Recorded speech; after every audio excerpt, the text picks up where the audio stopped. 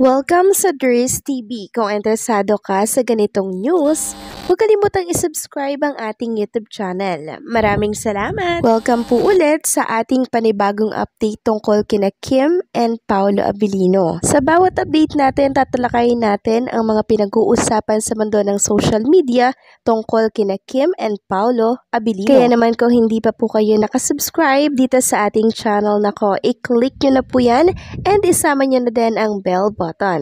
So ayan, welcome back again sa ating YouTube channel mga kakimpaw, and sa update natin ito, ang pag-uusapan natin ay tungkol sa mga importanteng kaganapan kina Kim and syempre kay Paolo Abilino. Pero bago po ang lahat, magbasa muna tayo ng mga komento mula yan sa masisipag at masusugid nating subscribers. Unahin natin ang naging komento ni Ginang Edita na Donza. Sabi niya dito, "Hello Ders, masaya kami sa update. Nako, uwi na ang Kimpaw sa Manila? Tapos na ba ang shooting sa Cebu? Well, walang makapaghiwalay ang Kimpaw. Ganon ba ang dami ng character sa The Alibay? Maganda siguro ang series ng Kimpaw. Kasi mga bigaten ang mga cast. Sana madali ang shooting para mapanood na natin sila. Saang lugar kaya ang next nilang shooting?" So siguro yung next shooting nila mga kakimpaw doon ulit, or possible na dito naman sa Manila. Pwede ring lumipat po ng ibang probinsya. Pero tapos na po yung cycle 1 eh. So 1 week po yung vacation daw ni Kim and Paolo Abilino. Tapos back to reality na naman. Back ulit sa pagtitaping ng series po ng The Alibay. And oo nga po mga kakimpaw eh, sobrang mga bigaten yung mga cast at patuloy pa po itong nadadagdagan. Plus, yung team ng Alibay, sobrang dami mga kakimpaw. Siguro, sobra po ng 40 katao yun. Yun lang yung mga nasa behind the camera ha. Kaya ngayon palang excited na po ako. Ginang Edita na Donza. I'm sure sobrang ganda nito mga kakimpaw. At ang balita ko, ipapalabas ito bago matapos ang taon or pakatapos na po ng 2025. So, abangan na lang natin mga kakimpaw yung announcement po ng Dreamscape tungkol dito sa series ni Kim and Paolo Abilino. Next naman na comment mula ito kay Ginang Linda Mercado. Sabi niya, "Nako, wala nang mai-content ang mga bashers. Kaya kung sino-sinong babayang inuugnay kay Paolo, pero wa-epek sa Kimpaw. Lalo lang sumisikat ang Kimpaw kasi walang naniniwala sa kanila. Kawawa naman kasi sa sikat sila kumakapit para kumita." Yes, agree ako sa inyo, Ginang Linda Mercado. So, ganyan po talaga yung gawain ng mga bashers.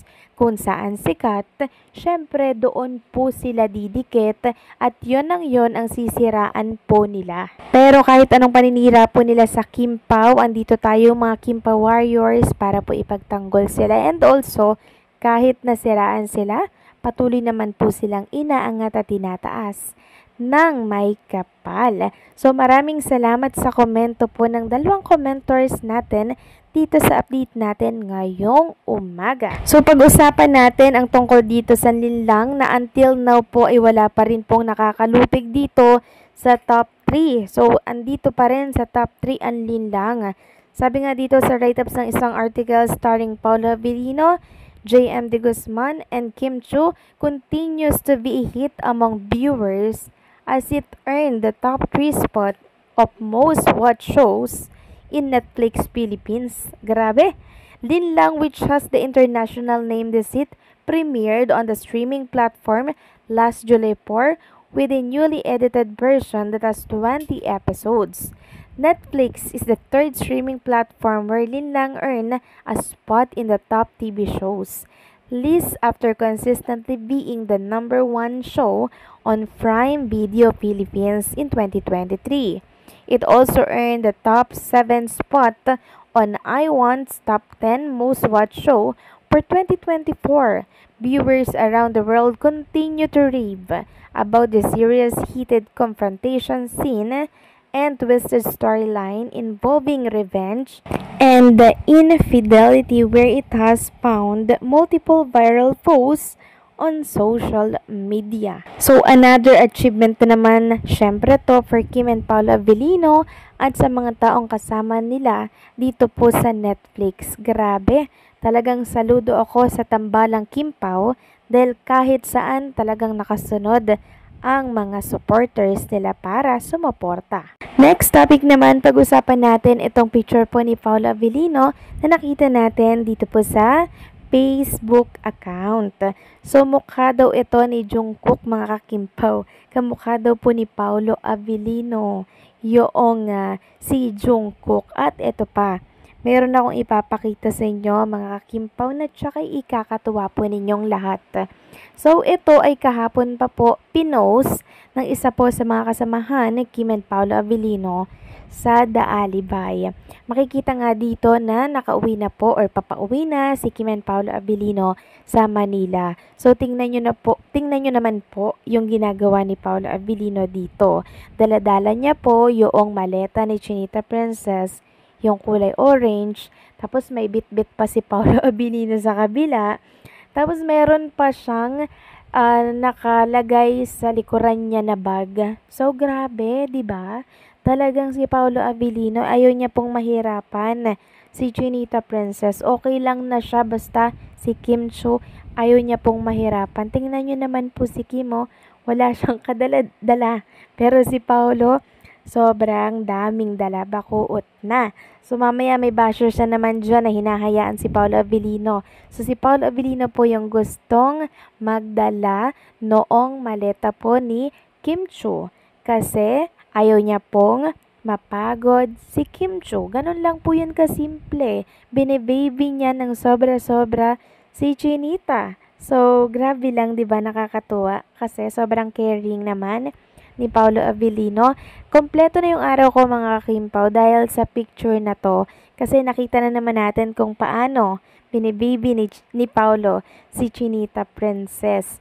Sabi nga dito ng mga nag-comment kung mahal mo naman ang isang tao, you never wanted na mahirapan siya.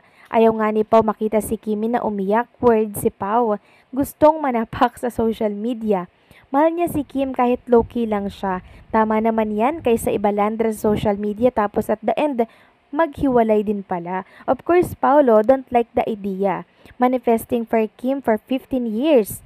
Tapos maghiwalay lang because of bashing? No way. For Paolo, of course, Kim trusted Paolo because he changed a lot. Paolo ayaw may red flag kay Kim. So, both have stronger relationship now and being matured. Yes, napakaganda ng komento ng isang Kim Pao fan dito sa Facebook. Nakaka-amaze. Itong samahan, itong relationship na meron si Kim and Paolo Avellino. And for sure, pang matagalan na po ito dahil sa stronger relationship na meron si Kim and Paolo. Grabe, anong sa inyo dito, mga kakimpaw? Please comment down below. So, paano hanggang dito na lamang po ang update natin? Maraming salamat sa patuloy na pagsuporta.